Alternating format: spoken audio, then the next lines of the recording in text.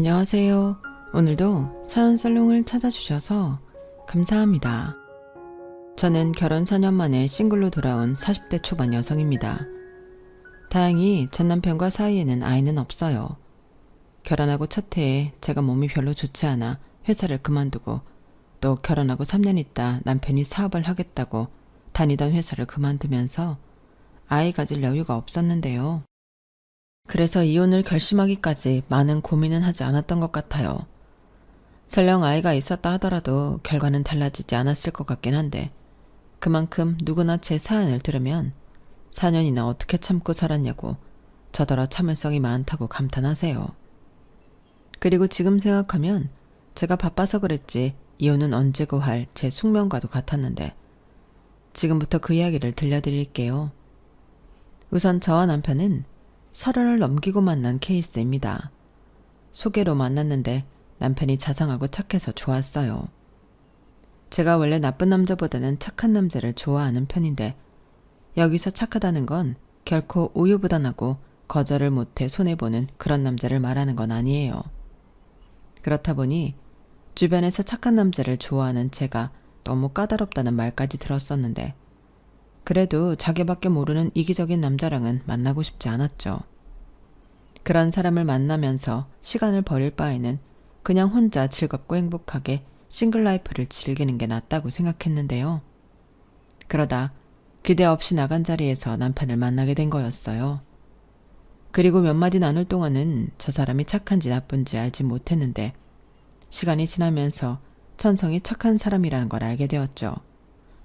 일단 아들인데도 떨어져 지내는 부모님에게 잘하려 노력했고 손해는 보지 않으면서 배려와 친절은 몸에 배어 있었는데 순간 이 사람이구나 싶더라고요.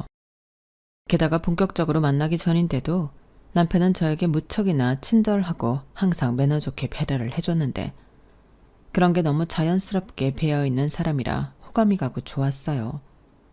남편 역시 제 성격이 시원시원하고 호불호가 분명히 알기 쉽다며 좋아했는데 남편이 30이 넘어서도 여자친구가 없던 이유가 여자들이 하는 말을 이해할 수 없었기 때문이라고 했어요. 왜 가끔 싫은데 좋다고 하는 사람 있잖아요. 그 반대도 많고. 저는 정말 그런 게 너무 어려운 사람이에요. 그런 건 눈치껏 알아야 한다고 하는데 맨날 시험을 치르는 기분이랄까? 이게 맞나? 이렇게 하면 되나? 이런 생각을 하면서 사람을 만나기가 싫더라고요. 그런데 신영 씨는 그런 게 없는 것 같아 너무 편하고 좋은 것 같아요. 그냥 대놓고 딱딱 얘기해 주니까 제가 고민할 필요도 없고요. 아, 그러시구나. 근데 저도 여자지만 그렇게 말하는 여자 저도 힘들어요. 싫으면 싫은 거고 좋으면 좋은 거죠. 근데 저도 내숭 같은 거 안 떤다고 남자들이 별로 좋아하지 않던데요? 헤이, 그 남자들이 뭘 몰라서 그래요. 내숭이 뭐가 좋죠? 저는 오히려 신영 씨 같은 타입이 좋다고 생각해요. 그 말씀 제가 마음에 든다는 소리죠? 사실 저도 준호 씨 마음에 들거든요. 착하고 좋은 사람 같아서. 제가 착해요? 그런가? 그런 생각은 해본 적은 없는데. 착해요. 그리고 그걸 자기가 알면 그게 더 이상하죠. 그럼 이렇게 된 거 우리 한번 예쁘게 잘 만나볼까요? 좋아요. 보통 이런 말은 남자인 제가 먼저 해야 하는데 뭔가 바뀐 것 같아서 쑥스럽네요. 누가 먼저 하면 어때요? 이미 서로 마음도 알았는데 잘 만나면 되죠. 네, 우리 진짜 오래오래 함께해요. 제가 시영씨 많이 웃고 행복하게 해드릴게요. 저희는 이렇게 조금은 심플하게 시작했어요. 그리고 만나는 내내 어른들의 연애처럼 사소하거나 유치한 싸움은 하지 않고 편안한 연애를 이어갔는데요. 그렇게 둘 다 30 중반이 되었을 때 더는 미룰 수 없을 것 같아 결혼을 약속하기로 했어요. 그리고 남편이 살던 월세 보증금과 제가 살던 전세 보증금을 합쳐 저희는 1억 8천짜리 빌라 전세를 얻어 신혼 살림을 차렸고 남은 돈으로 혼수하고 결혼식 준비를 했어요.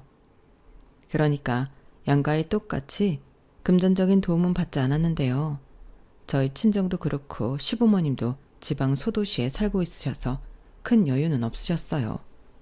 그리고 나이도 어린 것도 아니고 찰대로 차서하는 결혼인데 부모님한테 손 벌려서 결혼하는 건 아닌 것 같았는데 남편도 제 의견에 좋다고 했죠. 여기서 참고로 남편은 그때 당시 대기업은 아니었지만 꽤 규모가 있는 회사에서 월 400만 원은 벌고 있었어요. 그에 반면 저는 이거저거 다 합쳐 월 300 정도는 벌었지만 기본급만 따지면 200만 원이 조금 넘을 뿐이었는데 그래도 둘이 합쳐 월 5, 600만 원을 버는 거니 저는 제가 열심히 저축하고 모으면 대출 조금 껴서 집도 사고 아이도 낳고 남들처럼 평범하게 잘 살 수 있을 거라고 믿어 의심치 않았어요. 하지만 모든 위기는 갑자기 닥친다고 제가 결혼하고 몇 달 지나지 않아 건강에 적신호가 켜졌는데 제가 평소에도 위가 별로 좋지 않았거든요.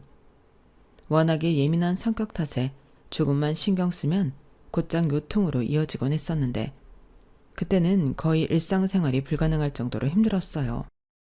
오죽하면 갑자기 살이 10kg 넘게 빠지게 되었는데요.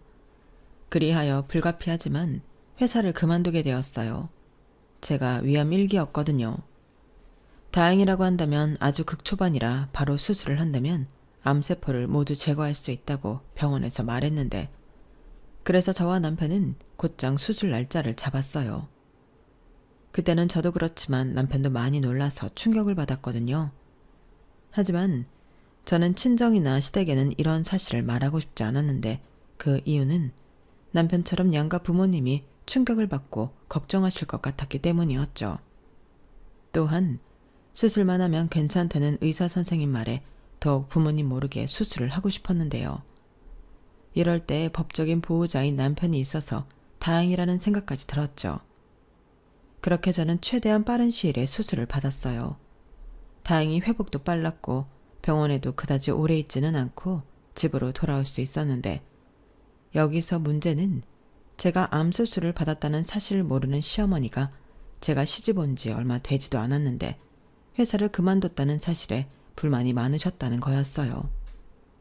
당연히 제 사정을 모르면 오해하실 수도 있는 일이지만 남편이 애둘러서 와이프 건강이 좋지 않아 그렇게 됐다고 재차 말씀을 드렸는데 시어머니는 젊은 게 아프긴 뭐가 아파. 그리고 얼마나 아프면 회사까지 그만둬. 뭐 죽을 병이라도 걸렸다냐? 이렇게 말씀하시면서 저를 아주 괘씸하게 여기셨어요.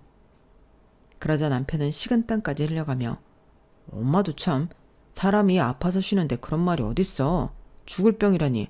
그런 말 함부로 하지 마. 내가 아파서 회사 그만둔다고 해도 엄마 그렇게 말할 거야? 이렇게 제 편을 들기도 했는데 시어머니는 아들의 말에도 굴하지 않으셨어요. 심지어 아유 네가 아주 네 마누라 편든다고 용 쓴다. 아직 그 나이면 창창할 때야. 뭐가 얼마나 아프다고 회사까지 관둬. 내가 좀 쉬는 거라고 하면 말도 안 해. 근데 아예 그만뒀다며. 그건 좀 이상하지. 아무리 생각해도 걔 일부러 그러는 것 같다. 네 등에 빨대 꽂고 편하게 살려고 그러는 거야.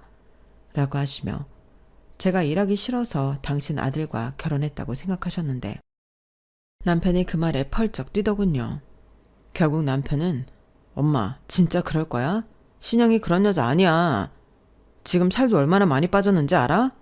사실 신영이가 말하지 말라고 했는데 신영이 암이었어. 이렇게 제 병에 대해서 시어머니에게 알렸어요. 나중에 남편이 미안하다고 하긴 했는데 오죽 자기도 답답했으면 그랬을까. 저는 잘했다고 했죠. 솔직히 병을 숨기는 건 시어머니도 걱정을 하실 것 같아서 그런 건데 이렇게 도리어 꾀병이나 부리는 사람으로 몰릴 바에는 사실대로 이야기하는 게 낫겠다고 생각했어요. 하지만 그것도 어디까지나 제 착각이었는데 시어머니는 정말로 걱정을 많이 하셨죠. 근데 그게 제 걱정은 아니었어요. 암도 유전이라고 하던데 개크로 나이 나오면 우리 핏줄도 암 걸리는 거 아니냐? 이렇게 아직 생기지도 않은 당신 핏줄 걱정을 하셨는데 저러는 것 보면 시어머니는 결코 친정 엄마가 될 수 없다는 걸 뼈저리게 실감하게 되더라고요. 그리고 저는 몸도 아직 완전히 회복하지 못한 가운데 심적으로도 힘들었고 그렇게 몸과 마음이 모두 불편하니 정말이지 죽을 맛이었어요. 그런데 무슨 확인 사살이라도 하고 싶으셨는지 시어머니는 본인 눈으로 직접 확인해야겠다는 듯 저희 집에 올라오셨는데요. 그 얘기를 들었을 때는 다시 제 발로 병원에 입원하고 싶은 심정이었죠. 그리고 그렇게 제 몸 상태까지 모두 확인한 시어머니는 걱정은커녕 젊은 애가 너는 왜 그러니? 몸 관리를 어떻게 했길래 그 나이에 암에 걸려? 라고 저를 꾸짖듯 말씀하셨는데요. 이건 뭐 걱정인 건지 제 탓을 하시는 건지 가뜩이나 힘든 저에게 눈치까지 주시는 시어머니셨어요. 또 아픈 며느리가 당신 아들 굶기는 거 아니냐고 걱정이 이만저만이 아니셨는데 그날부터 3일 내내 시어머니는 남편 먹일 반찬만 잔뜩 만들어 놓고 댁으로 내려가셨죠. 그때도 참 서럽고 황당했는데 시어머니는 가시던 날까지도 저에게 그러셨어요. 근데 너 퇴직금은 받았지? 다른 게 아니고 우리도 건강검진 뭐 그런 것 좀 받아보고 싶어서. 요즘은 자식들이 부모 건강 챙긴다고 그런 것도 대신 예약해주고 그런다는데 너 집에 쉬는 김에 우리 건강검진 예약 좀 해다오.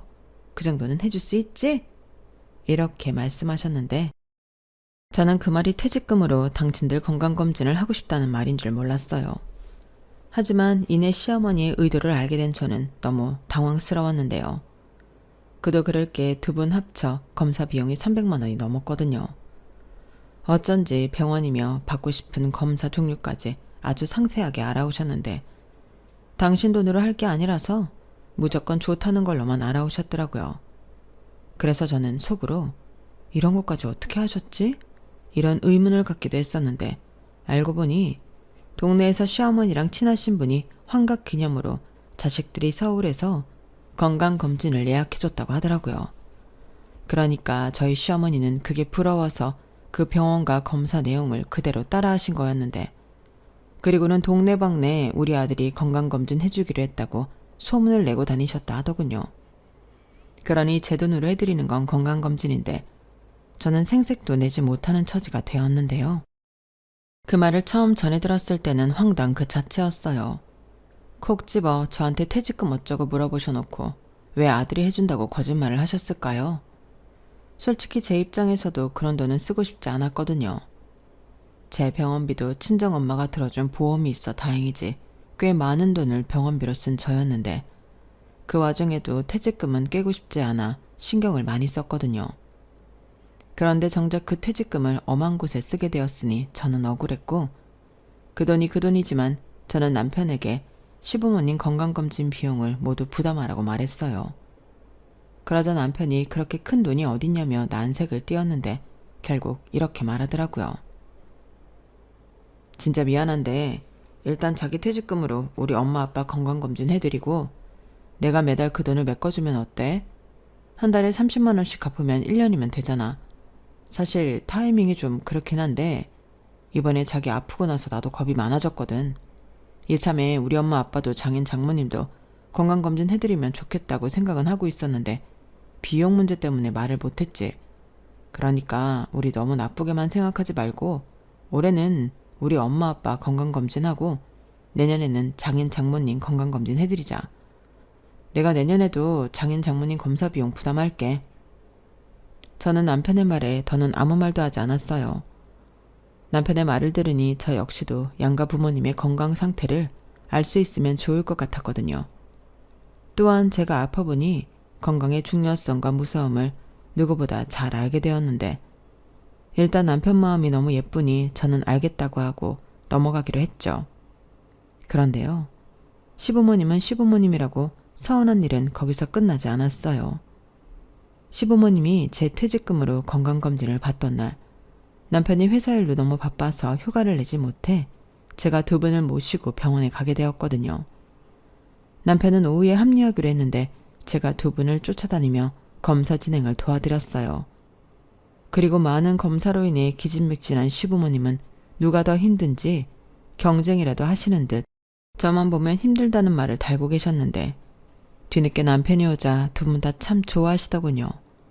그리고 댁으로 돌아가시기 전까지도 저에게는 수고했다, 고맙다 이런 말은 한마디도 하지 않으셨는데 오히려 고맙다는 말은 검사가 거진 다 끝나갈 말미에 온 남편에게만 하셨어요. 그러니 옆에서 그걸 보고 있던 저는 괜히 마음이 좋지 않았는데요. 그래서 아마 표정도 뚱하니 좋지 않았을 거예요. 하지만 시어머니는 그런 제 마음 따윈 안중에도 없으셨고 계속해서 당신 아들에게만 좋은 소리를 연신 쏟아내셨어요.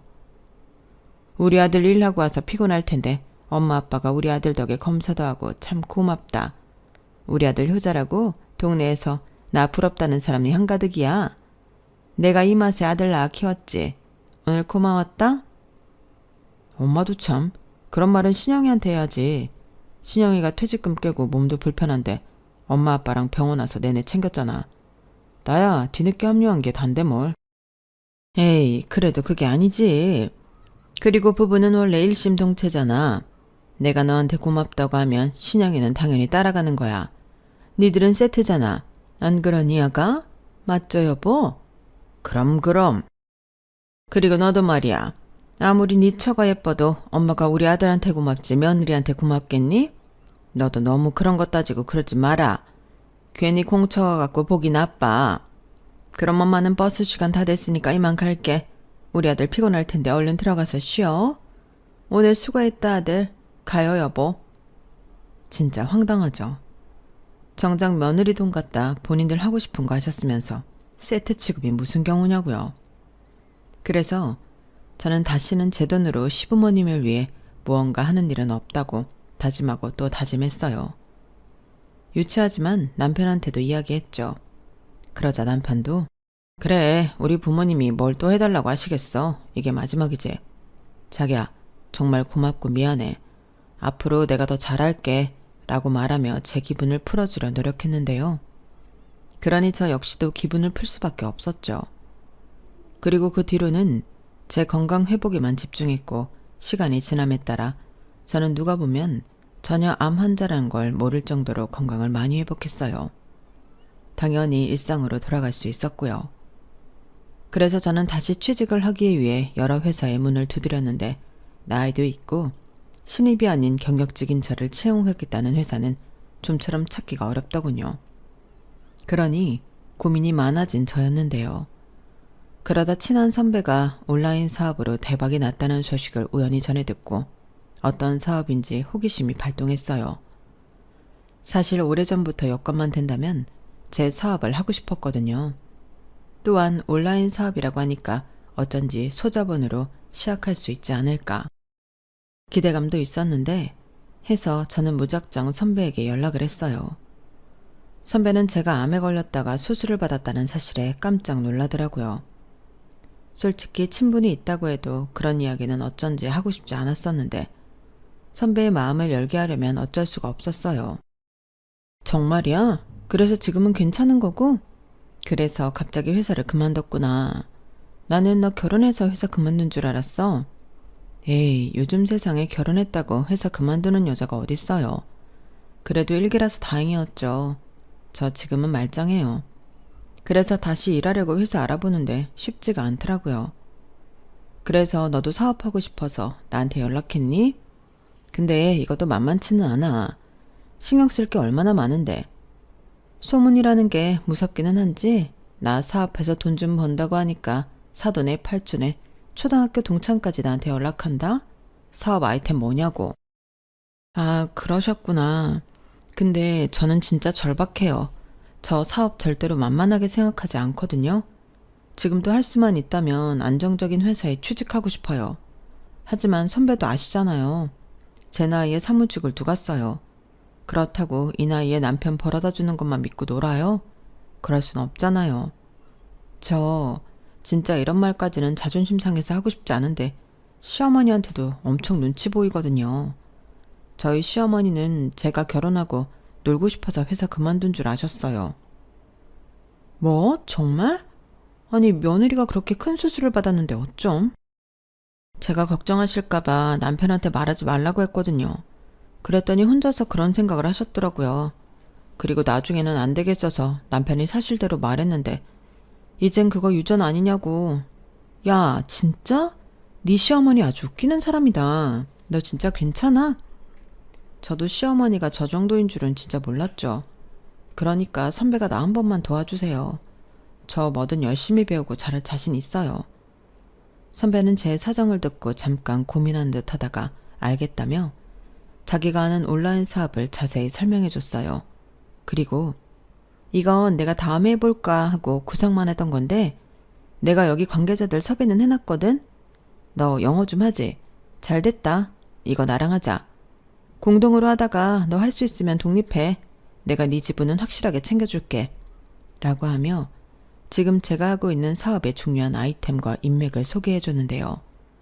그 뒤로부터는 정신이 없었죠. 아는 것보다 모르는 게 훨씬 많았기 때문에 아이가 걸음마 배우듯 아주 기본적인 것부터 저는 공부하기 시작했어요. 다행히 제가 전부터 근무하던 회사에서 해외 파트를 맡고 있었기 때문에 수월했던 것도 있긴 했는데 사업이라는 게 처음이다 보니 실수하지 않으려 많은 신경을 쏟았어요.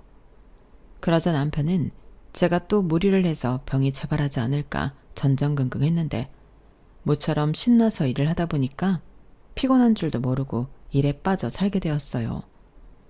그리고 처음에는 눈에 보이는 성과가 잘 나타나지 않아 애를 좀 태우긴 했는데 그래도 일이 너무 재밌으니까 포기하고 싶진 않았어요. 그래서 이거 아니면 나는 매달릴 게 없다는 심정으로 더욱 사업에 몰두했고 그 결과 제가 사업을 시작하고 1년이 지나 조금씩 매출이 뛰기 시작했어요. 그 뒤 급물살이라고 할까요? 그 후로는 무섭게 매출 상승이 이루어졌는데 그동안 했던 수고들이 다 헛수고들은 아니었더라고요. 그때는 얼마나 신이 나던지 밥을 먹지 않아도 배고픈 줄을 몰랐고 하룻밤을 꼬박 새며 일을 해도 피곤한 줄을 몰랐는데 그렇게 지내다 보니 제가 버는 돈이 남편의 연봉을 훨씬 뛰어넘었어요. 같이 하자고 했던 선배도 제 덕이라며 저에게 고맙다고 했는데 급기야 내가 전에 말했지. 이 사업 네가 가져가. 나는 도저히 너처럼 매달려서는 일 못해. 원래 하던 일도 일이 많고. 그러니까 이건 앞으로 네 단독 사업이야. 라며 저에게 회사 전부를 넘겨주었어요. 물론 초기 자본, 기타 권리금 개념의 인수비용은 선배에게 지급했는데 너무 고마웠죠. 선배가 아니었다면 시작도 제대로 못했을 일이었으니까요. 그리고 저는 더 열심히 해보겠다는 마음으로 안주하지 않고 계속 여러 방면으로 공부하고 새로운 시도를 쉬지 않았는데 그러니 도저히 저 혼자는 감당이 되지 않아 사무실도 얻고 직원들도 고용하며 점점 사업 규모가 커지게 되었어요. 그런데요. 제가 이렇게 제 사업에 빠져 지내는 동안 남편에게는 안 좋은 일이 있었는데 회사에서 잘은 모르지만 문제가 생긴 모양이더라고요. 며칠 표정도 안 좋고 물어봐도 이야기를 도통 해주지 않아 답답했는데 남편은 결국 회사를 그만두겠다고 저에게 통보하듯 말하더군요. 평소 성격상 저렇게 일방적으로 일을 처리하는 사람이 아닌데 저는 돈보다도 남편이 많이 걱정이 되었어요. 하지만 남편은 회사를 그만둔 뒤 표정이 한결 편안해 보였는데 저도 그랬지만 남편도 이참에 좀 쉬면서 멘탈 회복을 하길 바랬어요. 물론 남편이 그 뒤로 계속 백수로 눌러 앉을 거라는 생각은 하지 못했는데 그때 당시는 상처받고 회사까지 간둔 남편을 많이 위로해주고 싶었죠. 그래서 전 남편에게 자기야, 그동안 회사 열심히 다녔으니까 한두 달은 아무 생각하지 말고 쉬어. 어차피 돈은 내가 벌고 있잖아. 나는 자기가 마음고생하면서 힘들게 일하진 않았으면 좋겠어. 분명 찾아보면 꼭 자기가 좋아하고 자기 능력을 알아주는 회사가 있을 거야. 라고 말하며 남편에게 든든한 버팀목이 되어주려 했는데요. 저는 제가 버팀목이 아니라 돈 벌어다주는 기계가 될 줄은 몰랐어요. 아니 정확히 얘기하자면 각자 돈 관리를 하고 있던 저와 남편이었는데 남편이 제가 주는 용돈을 받고 또 제가 버는 수입을 알게 되면서 제가 눈치채지 못하는 가운데 남편에게는 큰 변화가 생기기 시작했나 보더라고요. 사업을 하면 이렇게 돈을 많이 버는 거냐고 애처럼 초롱초롱한 눈으로 저에게 물었는데 그 눈이 지금 생각하면 횟가닥 맛이 간 눈이었어요. 그때 남편이 분명히 이렇게 말했거든요. 자기 한 달에 얼마 벌어?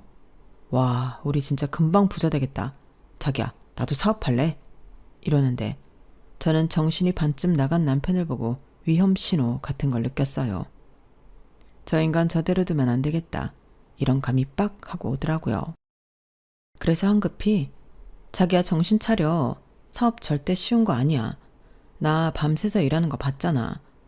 그리고 사람마다 잘하는 게 다른데 내가 볼 때 자기는 조직 생활이 더 잘 어울려. 사람들도 잘 따르고 자기가 또 사람을 잘 아우르고 그니까 조금 쉬었다가 다시 회사 알아봐. 이렇게 최대한 좋게 포장해서 남편에게 말했는데 남편은 전혀 제 말을 귀담아 듣지 않았어요. 오히려 제가 하니까 자기도 잘할 수 있을 거라고 생각하는 듯 제 일을 만만하게 보는 것 같았는데요. 그 뒤로는 아주 개차반이었어요. 당연히 구직 활동은 하지 않았고 제가 주는 돈에 철저히 의지하며 흥청망청 살았는데 그러면서 자기도 사업을 할 거라며 사업 구상을 하는 중이라고 헛소리를 하더라고요. 또 실직자 주제에 자기 부모한테 주는 용돈도 제가 준 돈에서 보내드렸는데요. 나중에 계좌를 확인하니 원래 남편이 40만 원씩 보내고 있던 용돈이 80만 원으로 올라가 있었어요. 아니, 자기가 버는 돈이 없으면 줄이든지 당분간은 못 드린다고 해야 하는 거잖아요. 그런데 그런 말은 하지도 않고 그냥 2배로 올려버렸더라고요. 그러면서 기세등등하게 자기야, 걱정하지 마.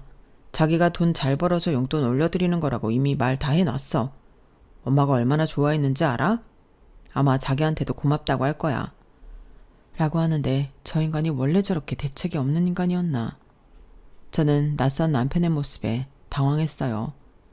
그리고 제가 돈을 잘 번다는 말을 들은 시어머니는 시도 때도 없이 전화를 하셔서 뭐가 필요하다, 뭐가 갖고 싶다, 뭘 해야 하는데 돈이 부족하다고 돈을 보내라고 하셨는데 나중엔 핸드폰 액정에 시어머니라는 글자가 뜨면 심장이 벌렁거렸어요.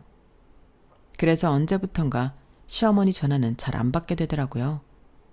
그러자 자기 전화를 일부러 안 받았다고 어찌나 또 노발대발 하시는지 나중에는 그러지 말고 그냥 내가 자유롭게 쓸 수 있는 신용카드 하나 만들어줘라. 그럼 내가 너한테 전화해서 아쉬운 소리 안 해도 되잖아. 이왕이면 한도도 높게 해서 줘. 이럴 때 며느리 덕 보는 거지. 내가 또 언제 이런 호사를 누리겠니? 동네 사람들이 내가 제일 부럽대. 고맙다. 내가 요즘은 진짜 살맛이 난다니까. 이젠 나도 힘들게 농사 안 지으려고. 라며 아예 재놓고 제 등에 빨대를 꽂겠다고 선언하셨는데 허위가 없었어요. 정작 저희 부모님은 제가 힘들게 번 돈 쓰기 아깝다고 받지도 않으시는데 자기들이 무슨 염치로 저러는 건지 점점 인간들이 싫어지더라고요. 그러니 제가 그 인간들에게 좋은 소리가 나가겠어요? 당연히 그때부터는 이쪽 저쪽 잡음이 생기기 시작했죠. 그리고 시어머니는 정말 웃기는 사람이었는데 저한테는 고맙다고 하긴 하셨지만 동네에는 아들 돈이라고 자랑자랑을 하고 다니셨나 보더라고요. 아니, 며느리 돈이 어떻게 아들 돈이 되냐고요. 그러니 당신 스스로도 개념을 상실하신 듯 제 돈을 당신 아들 돈처럼 편하게 쓰셨는데 나중엔 자기 생일엔 친구들이랑 해외여행을 가고 싶다며 저에게 그 여행 경비를 전부 부담하라고 하시는 거예요. 당연히 안 된다고 싫다고 단번에 거절했는데 시어머니는 아랑곳하지 않고 어디 동네 여행사에 가서 견적을 뽑아 저에게 사진을 찍어 보내셨어요. 근데 그 비용이 무려 2천만 원이 넘었고 저는 당장 남편에게 그걸 보여줬죠. 이거 봐봐. 내가 왜 어머님 생신에 이런 경비를 다 내야 해?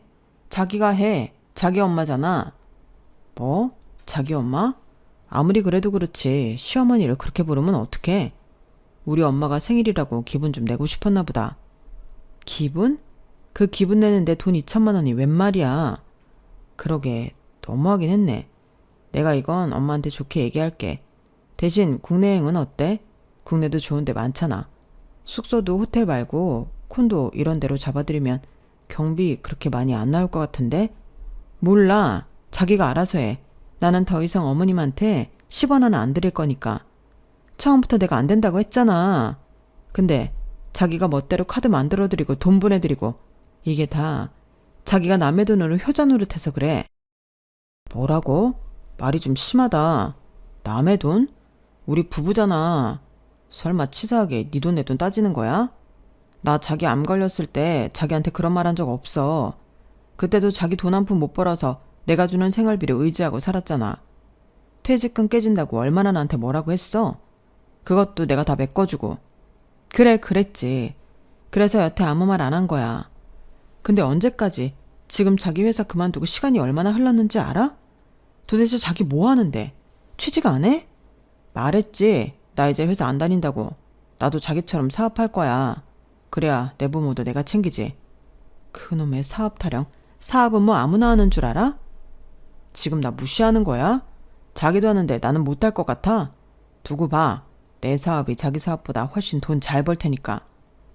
저는 남편의 위험천만한 말에 심장이 쿵 하고 내려앉는 것 같았어요. 허파에 바람이 잔뜩 들어간 것이 분명했는데 시어머니도 남편에게 제가 여행 경비 못 준다는 말을 들었는지 업무가 되지 않을 정도로 연신 전화를 거셨어요. 그래서 어쩔 수 없이 받았는데 다짜고짜 야, 너는 니네 부모가 여행 보내달라고 해도 이렇게 할 거야?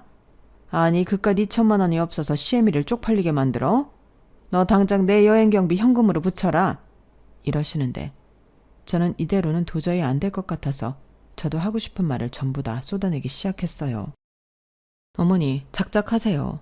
저는 뭐 어디 돈 나오는 방망이라도 가지고 있는 줄 아세요? 저도 힘들게 버는 돈이에요. 어머니 아들한테 달라고 하세요. 저한테 그러지 마시고.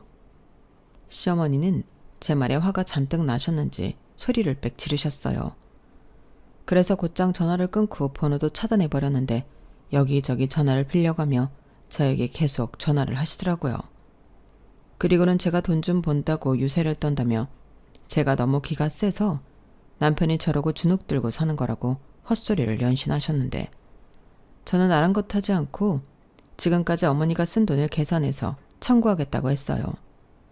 그러자 갑자기 울먹이며 자기가 며느리한테 이런 수모를 겪게 될 줄 몰랐다고 징징거리기 시작했는데 저는 곧장 또 전화를 끊고 그 걸려오는 전화번호들을 죄다 차단해버렸어요.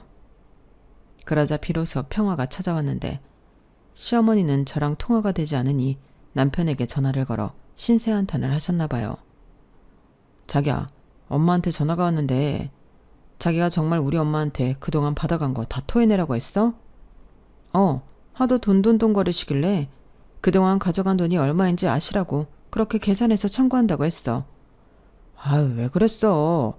우리 엄마가 심한 건 인정하는데 그래도 좀 말이라도 좋게 하지. 자기가 잘못했다고 먼저 사과하면 안 돼? 그래도 시어머니고 가족이잖아. 가족? 이게 가족이야?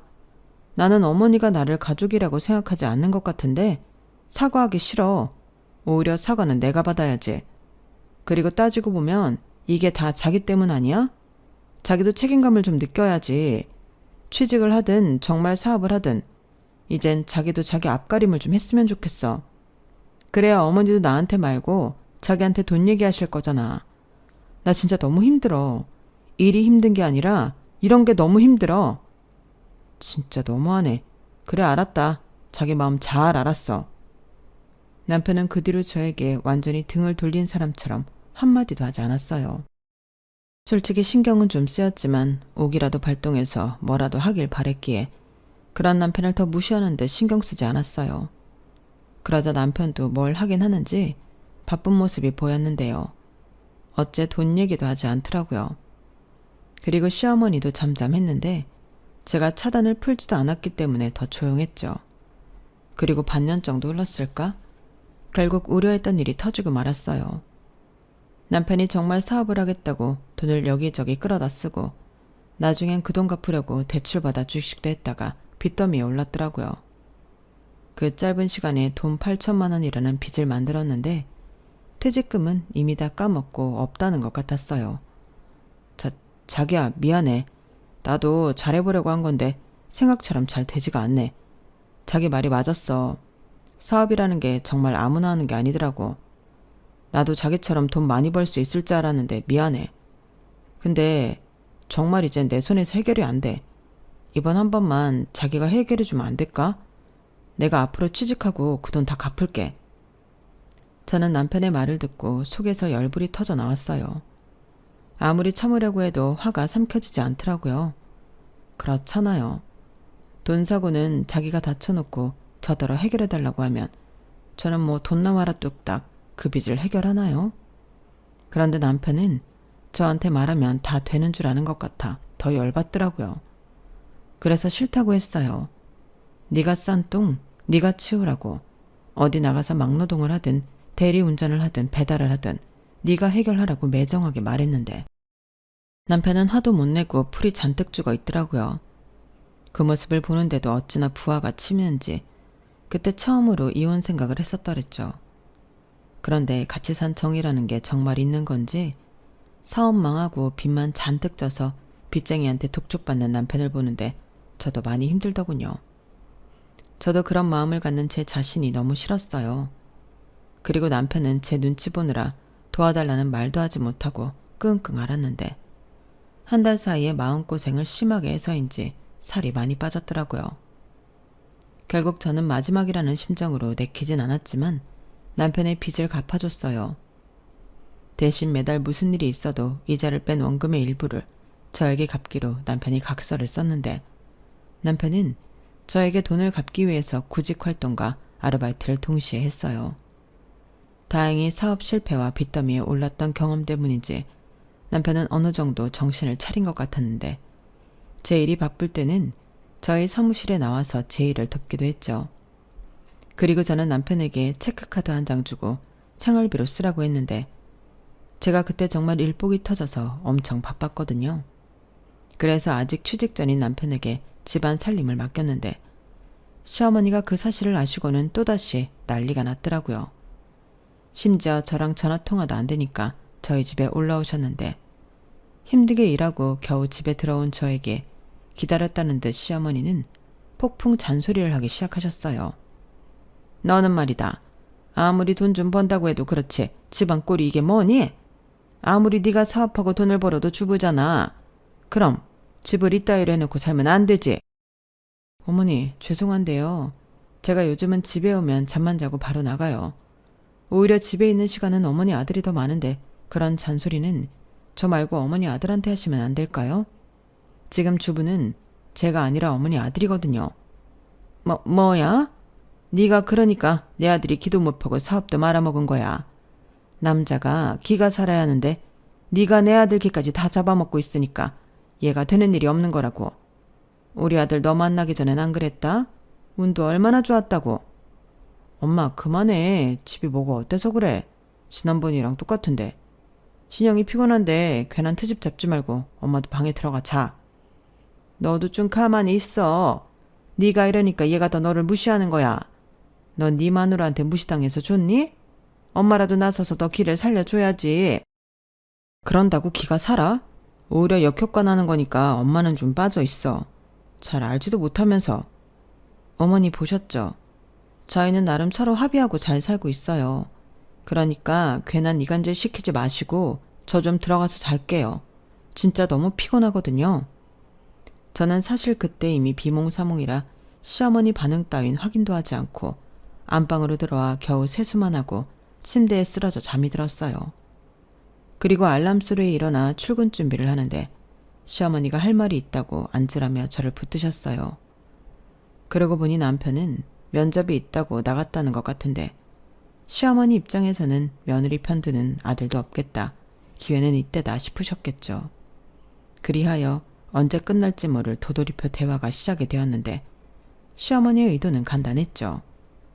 너 아무리 네가 돈 좀 번다고 유세 떨면 못 쓴다. 우리 아들도 한다면 하는 애야. 그리고 내가 정말 이건 확실히 해야 해서 그러는데 우리 아들이 아무리 돈 못 번다고 해도 나한테 주는 용돈은 끊지 마라. 줄이지도 말고. 정말 어이없지 않나요? 염치가 없다는 건 이런 걸 말하는 거겠죠. 시어머니는 제가 돈 못 버는 당신 아들 기도 죽이지 말고 자기 주는 용돈도 꼬박꼬박 잘 챙겨주길 바라셨어요. 아니 이건 뭐 칼만 안 들었지 돈 내놓으라고 협박하는 강도나 다름이 없었는데 저는 어머니 용돈은 어머니 아들이 어떻게든 드릴 거라고 여유만만하게 말씀드렸어요. 그러자 시어머니 얼굴은 또다시 울그락불그락 변하셨는데 저는 거기에 대고 남편 빚도 내가 대신 갚아서 돈이 없다고 쐐기를 박아버렸어요. 그러자 시어머니는 목이 탔는지 냉장고에서 냉수를 꺼내 벌컥벌컥 들이키셨는데 저는 바빠서 그 사이에 냉큼 집을 나와버렸어요.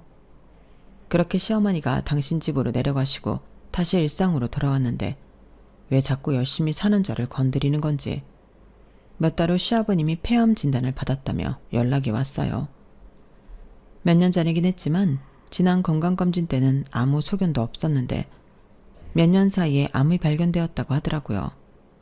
수술도 서울에 있는 병원에서 해야 하지 않겠냐고 올라오셨는데 그 때문에 남편이 구직 활동도 접고 시아버님과 함께 병원에 다녔어요.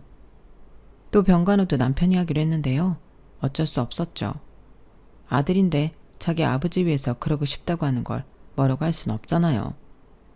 그래서 저한테 매달 갚는 돈도 보류해주고 일단은 시아버님 수술이 잘 되길 기다리고 있었는데 저희 시아버님 같은 케이스는 수술 후 어느 정도 체력을 회복한 다음에 항암 치료도 해야 한다고 하더군요. 수술로 전부 암세포를 제거할 수 없기 때문에 어쩔 수 없다고 들었는데요. 수술을 앞둔 어느 날 시아버님이 남편에게 그런 말을 하셨대요.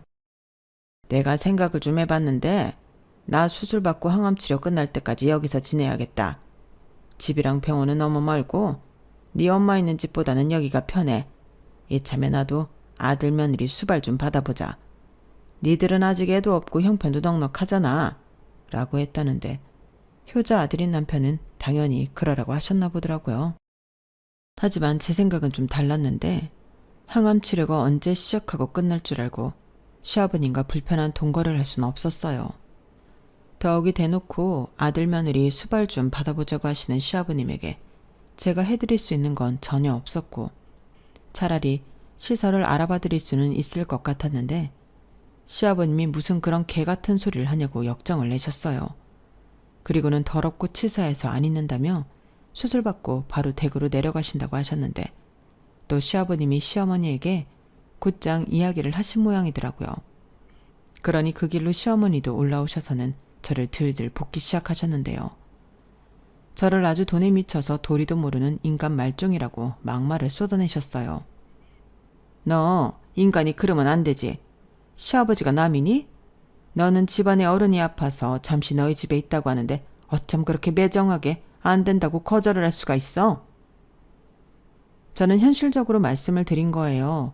아들 며느리 수발 받고 싶다고 하시는데 그 이는 몰라도 저는 그렇게 못 해드리니까 차라리 시설에 계시면 더 편할 수도 있고요. 진짜 너무하네 너무해. 너는 네 시아버지가 암에 걸렸다고 해도 이렇게 나올 거니? 독하다 독해. 그럼 네 아버지는? 네 아버지가 암에 걸렸대도 이렇게 나올 거야? 너 똑똑히 들어. 내 남편 죽으면 다 네 탓이야. 내가 너 가만두지 않을 거야. 알겠어? 아무래도 네가 우리 집에 오고 나서 재수가 엄붙은 것 같다. 암에 걸렸다고 했을 때 가차없이 버리는 건데 내가 마음이 약해서 그걸 못해 지금 이 꼴을 보고 있는 거지. 뭐라고요? 아, 그게 어머니 진심이시구나. 알겠어요. 그럼 지금이라도 저 버리세요. 저는 괜찮으니까. 솔직히 좀 버거웠거든요. 그래도 착한 남편 하나 보고 여태 참았는데 더는 못하겠네요. 착하면 뭐하나요? 능력도 없는데. 제가 어머니 아들비 갚아준 거 아시죠? 저 그 돈부터 청구해서 받아야겠어요. 어디 그뿐인가요? 어머님이 저한테 뜯어간 그 돈들도 다 받아야죠. 그럼 서로 이야기 잘 된 줄 알고 남편이랑 빨리 헤어질게요. 그럼 어머님도 너무 좋겠죠? 저는 시어머니의 말에 옳았구나 잘됐다 생각하고 바로 내질렀어요. 솔직히 남편 빚 갚아주고 이혼 생각을 완전히 떨쳐내지 못했거든요. 그래도 남편이 정신 차리고 예전으로 돌아간다면 희망이 있지 않을까 생각했는데 희망은 오히려 다른 곳에서 없다는 걸 다시금 깨달았어요. 저 시부모라는 인간들은 아마도 죽을 때까지 저 나쁜 버릇을 못 고칠 것 같았거든요. 그리고 효자 아들인 남편 때문에 저까지 피보는 날이 분명 있을 것만 같았는데 저는 기회가 있을 때 얼른 도망치는 게 상책이라고 판단했어요. 그리고 남편은 자기도 모르게 이혼하게 생겼으니 자기 부모한테 따지듯 난리가 났는데요. 당연하죠. 저랑 이혼하면 자기는 지금 완전 빌털털인데 제가 대신 빚 갚아준 것도 그냥 넘어가지 않을 거니까 남편은 최대한 이혼만큼은 물러야겠다고 필사적이었어요. 하지만 제 마음은 이미 건널 수 없는 강을 건너버렸고 같이 살던 빌라 보증금 중에 제 돈이 많은 점과 남편 빚 갚아준 돈이 있으니 저는 이 집에서 그들을 내쫓기로 마음을 먹었어요. 무릎도 꿇고 빌기까지 하는데 저는 그 꼴이 보기 싫고 시부모님은 애가 끓고 난장판이 따로 없었죠. 그러자 시어머니는 그제야 사태 파악이 됐는지 안방 문 앞에서 미안하다고 사과를 하셨는데 저는 아무런 반응을 하지 않았어요. 오히려 저들을 내쫓든 내가 나가든 일단 저들과 떨어져 있어야겠다는 생각뿐이었는데 저는 남편에게 최대한 빨리 합의 이혼을 하자고 말했어요. 그러자 남편은 당연히 싫다고 했는데 제가 좀 성격이 극단적이라 합의 이혼하지 않으면 니네 엄마가 지금까지 나한테 했던 거 경찰에 고발하겠다고 했어요. 일 못하게 전화로 방해한 것부터 막말로 사람 모욕 준 것까지 전부 엮을 수 있는 건 죄다 엮어 이혼할 때 위자료도 다 챙길 거라고 했는데 그러자 남편은 협의 이혼 서류에 도장을 찍었어요. 그리고 끝까지 정말 이렇게 해야겠냐며 눈물바람을 했는데 아버지는 아프고 자기는 이혼당하고 자기가 어떻게 살겠냐고 자기 좀 살려달라고 애원하더군요. 솔직히 그때는 좀 마음이 흔들리긴 했어요. 이혼하고 싶은 마음은 변함이 없는데 이혼하는 시기가 저 사람한테는 너무 가혹한 건 사실이니 제가 좀 너무했나? 그런 생각도 들었는데 하지만 기회가 아무 때나 오는 건 아니잖아요. 그래서 저는 흔들리는 마음을 다시 잡고 제 결혼 생활의 종지를 마침내 찍었어요. 아이도 없고 워낙에 남편의 실직 기간이 제 실직 기간보다 길어 분할할 재산도 없었는데 각자 가지고 온 거 가지고 가면 되는 거라 저는 남편 빚 갚아준 것을 역시나 그 보증금에서 전부 챙겼어요.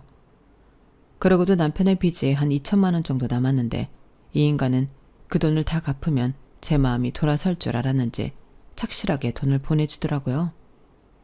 하지만 제 마음은 전혀 그럴 생각이 없었는데 저는 남편과 살던 그 빌라를 정리하고 사무실 근처에 오피스텔을 얻어 이사를 했어요.